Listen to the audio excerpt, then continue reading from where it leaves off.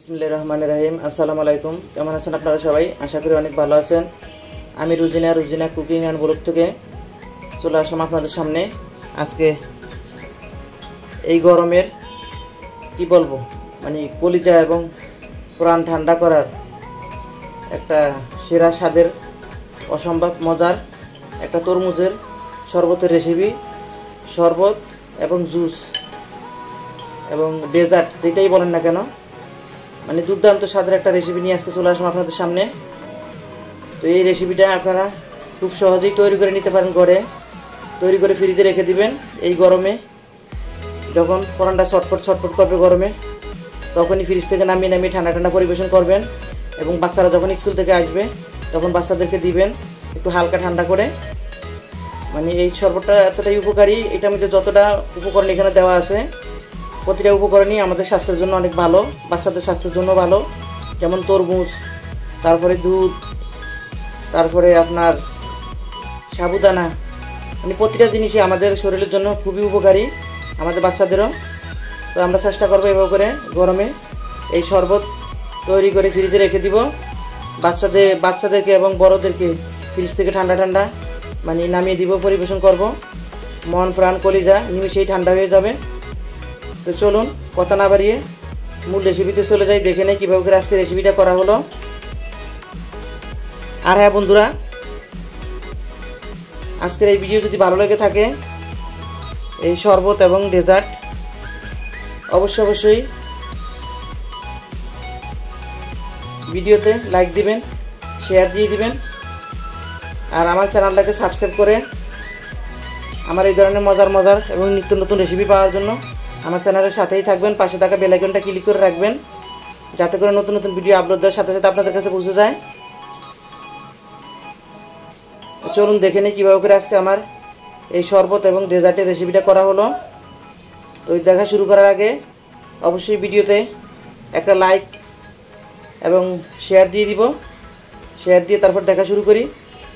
চলুন, এখানে আমি সাবুদানা এবং তরমুজের শরবতটা তৈরি করার জন্য এখানে আমি 1.5 কাপের মতো তরমুজ এভাবে কিউব করে কেটে নিছি। এখন আমি তরমুজটাকে ব্লেন্ডারে দিয়ে জুস করে নিব। এই তো আমি ব্লেন্ডারে দিয়ে ব্লেন্ড করে নিলাম। এখন জুসটাকে আমি একটু সেঁকে নিব, এই ছাঁকনিটা দিয়ে সেঁকে নিব।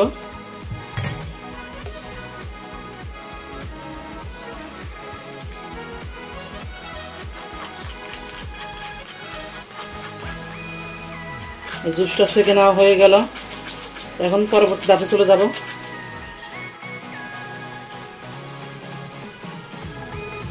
চুলায় আমি একটা প্যান বসাই দিছি। এখন এখানে আমি পানি দিয়ে দিব, 2 কাপ পানি দিব। চুলাটা জ্বালাই দিছি। পানিটা ফুটে উঠলে তো আমি এখানে দিয়ে দিব সাবুদানা। পানি ফুটে উঠলো, এটা এখানে আমি 1/2 কাপ সাবুদানা নিয়ে নিছি, দিয়ে দিলাম। সাবুদানাটা সিদ্ধ হওয়া পর্যন্ত আমি এরকম নাড়াচাড়া করব। নাড়াচাড়া বন্ধ করলে দেখা গেছে যে নিচে তলায় লেগে যাবে, সেজন্য একটু নাড়াচাড়া করব। আর এটা একবারে পানি কালার হওয়া পর্যন্ত এভাবে রান্না করতে হবে, সিদ্ধ করে নিতে হবে আর কি।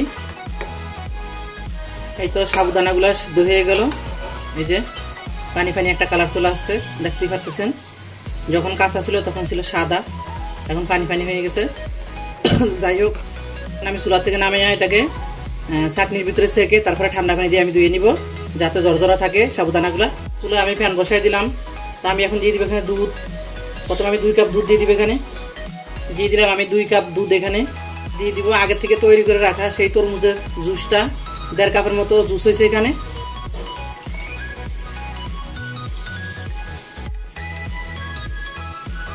দিয়ে দিব 2 টেবিল চামচ চিনি। এখানে প্রথমে 2 টেবিল চামচ দিব, পরে যদি লাগে চেক করে দেখবো, তো লাগলে আবার দিয়ে দিব। এটা লাল চিনি, কারণ আমাদের চিনি খাওয়া নিষেধ, তারপরে আমরা চিনি খাই, যেহেতু রেসিপি দেখাইতেছি তো চিনি তো অবশ্যই দিতে হবে। তো লাল চিনি কিন্তু সাদা চিনি থেকে লাল চিনির দামটাও একটু বেশি। এটাই আমাদের জন্য খেতে হয় একটু অল্প পরিমাণে। তো যাই হোক, এখানে আমি আমার আন্দাজ মতো দিব। আপনারা মিষ্টিটা আপনাদের পছন্দ মতো দিবেন, কম বেশি বাড়াইয়া অথবা কমে দিতে পারবেন। মিষ্টি ব্যালেন্স ঠিক রাখার জন্য দিয়ে দিলাম একটু করে সামান্য আধা চামচের মতো লবণ। এখন আমি যেটা করব, এখানে 1 টেবিল চামচ গুঁড়া দুধ দিয়ে দিব।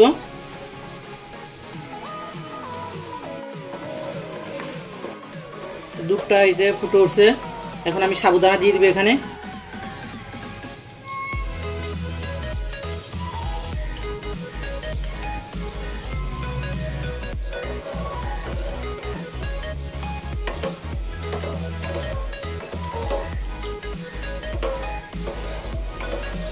সাবুদানা দেওয়ার পরে আমি মিষ্টিটা চেক করে দেখছি, তো আমার কাছে মিষ্টি একটু কম মনে হয়েছে, তো আমি আরও 1/2 টেবিল চামচ দিয়ে দিলাম।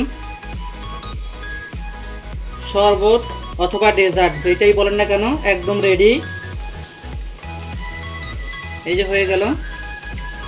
এটা যখন চুলা থেকে নামিয়ে যখন ঠান্ডা করে নিব, প্রথমে নর্মালে রেখে ঠান্ডা করব, তারপরে ফ্রিজে 2-3 ঘন্টার জন্য রেখে দিব, মানে পুরোপুরি ঠান্ডা করার জন্য। এটা যত ঠান্ডা ঠান্ডা খাবেন ততই মানে টেস্টটা ভালো আসবে আর খেতেও অনেক আরাম পাবেন। কারণ এই গরমে, প্রচণ্ড গরমে এরকম একটা ডেজার্ট অথবা শরবত বানায় যদি ফ্রিজে রেখে দেন, যখন মানে পরানটা মানে চটপট করবে গরমে, তখনই এটা বের করে খাবেন, দেখবেন যে পরানটা একদম ঠান্ডা হয়ে যাবে, কলিজাটা ঠান্ডা হয়ে যাবে। কেমন লাগলো আজকে আমার এই শরবত অথবা ডেজার্টের রেসিপিটা, অবশ্যই কমেন্ট বক্সে কমেন্ট করে জানাবেন। আর ঘরে একবার হলো এইভাবে করে ট্রাই করবেন, এই গরমে তৈরি করে খেয়ে কেমন হয়েছে অবশ্যই জানাবেন।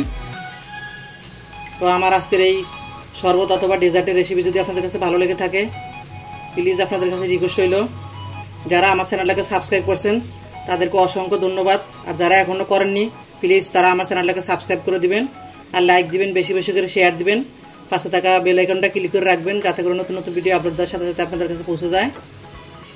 আমি চুলাটা অফ করে দিছি, এখন চুলা থেকে নামিয়ে ফেলবো, নামিয়ে ঠান্ডা করে তারপর আমি ফ্রিজে রেখে দিব।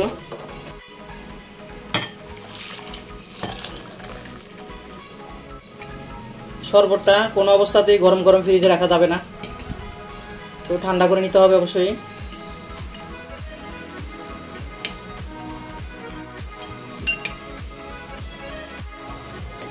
ভিডিওটা আজ এই পর্যন্তই, দেখা হবে নতুন কোনো রেসিপি নিয়ে পরবর্তী ভিডিওতে ইনশাআল্লাহ, যদি বেঁচে থাকি। সেই পর্যন্ত সবাই সুস্থ থাকবেন, ভালো থাকবেন। আল্লাহ হাফেজ। পরিবেশন করার জন্য আমি গ্লাসে নিয়ে নিচ্ছি, তো আপনারা পরিবেশন পদ্ধতিটা দেখে নেন।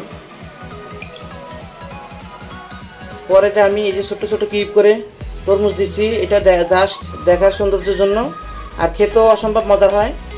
আপনারা যদি পারেন খাওয়ার সময় যখন পরিবেশন করবেন, তখন এভাবে করে ছোটো ছোটো করে কেটে তরমুজ দিয়ে দিবেন, দেখবেন যে মানে খেতে অনেক মানে সুস্বাদু লাগবে, তো দেখতেও সুন্দর লাগবে।